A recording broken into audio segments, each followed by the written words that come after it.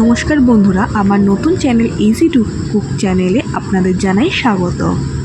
আজকে আপনাদের সামনে পরিবেশন করছি খুবই সহজে একটি পনিরের রেসিপি, যেটা করতে খুব বেশি সময় লাগে না, খুব বেশি জিনিসও লাগে না। তো তার জন্য কী কী লাগছে দেখে নেওয়া যাক। প্রথমেই লাগছে কেটে রাখা পনির, আলু ডুমো ডুমো করে কেটে রাখা আলু, আদা, রসুন, কাঁচা লঙ্কা আর ফেটিয়ে রাখা টক দই। প্রথমে আমরা গরম জলে হালকা করে ভাপিয়ে নেব যাতে পনিরটা সফট থাকে। এরপরে কড়াতে পরিমাণ মতো তেল দিয়ে নেব আলু, কেটে রাখা আলু। এবার আলুটাকে হালকা ব্রাউনভাবে ভাজতে হবে। যতক্ষণ না ব্রাউন হচ্ছে ততক্ষণ আমরা পেঁয়াজটা দেবো না। যখন দেখবো আমরা ব্রাউন হয়ে গেছে আলুটা, তখন আমরা দিয়ে দিলাম কুচিয়ে রাখা পেঁয়াজটাকেও আলুর সাথে খুব ভালো মতন করে ভেজে নিতে হবে। এরপরে আমরা দিয়ে দেবো একে একে আদা, রসুন, কাঁচা লঙ্কা, আর তার সঙ্গে দিয়ে দেবো পরিমাণ মতন নুন। এইগুলোকে খুব ভালো মতন করে মিক্সড করে নিতে হবে যাতে মশলাগুলো খুব আলুর সাথে খুব ভালোভাবে মিক্সড হয়ে যায়।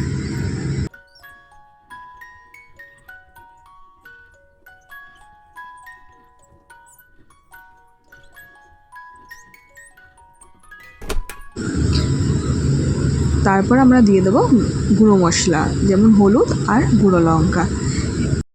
এবার যারা গুঁড়ো লঙ্কা খেতে পছন্দ করেন না বা খেতে চান না, তারা গুঁড়ো লঙ্কাটা স্কিপ করে যেতে পারেন। এর বদলে আপনারা গোলমরিচও ইউজ করতে পারেন।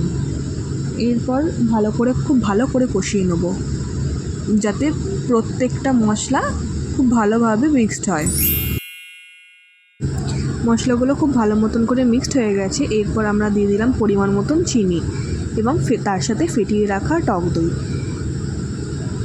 টক দইটা দিয়ে খুব ভালো মতন করে নাড়াচাড়া করে নিতে হবে, খুব ভালো মতন করে কষিয়ে নিতে হবে।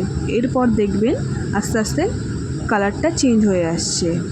এখানে কিন্তু আমাদের পনিরের আলুটা 50% বয়েল হয়ে গেছে।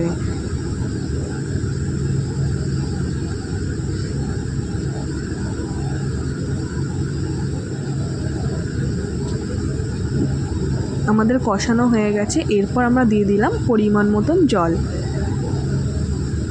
জলটা দিয়ে একটু নাড়াচাড়া করে ঢাকা দিয়ে রেখে দেবো যাতে আলুটা খুব ভালো মতন করে সেদ্ধ হয়।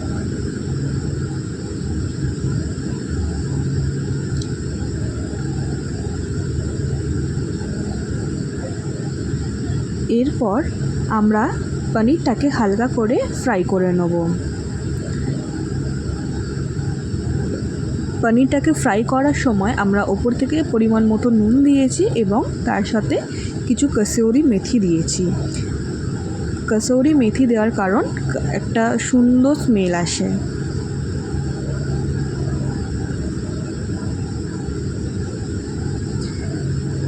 এবার পনিরগুলো ফ্রাই হয়ে গেলে কড়ার ঢাকনাটা সরিয়ে ওই পনিরটা পুরো ঢেলে দেবো, দিয়ে এবার খুব ভালো মতন করে মিক্সড করে নেবো।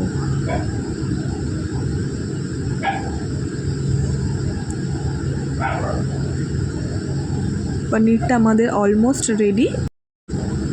নামানোর আগে কসুরি মেথি দিয়ে আমরা নামিয়ে নেব। তো এই রেসিপিটা আপনাদের কেমন লাগলো আমাকে অবশ্যই কমেন্ট করে জানাবেন, আর এই রেসিপিটা আপনারা অবশ্যই একবার ট্রাই করবেন। খেতে কিন্তু খুবই সুস্বাদু হয়েছিল এই রেসিপিটা।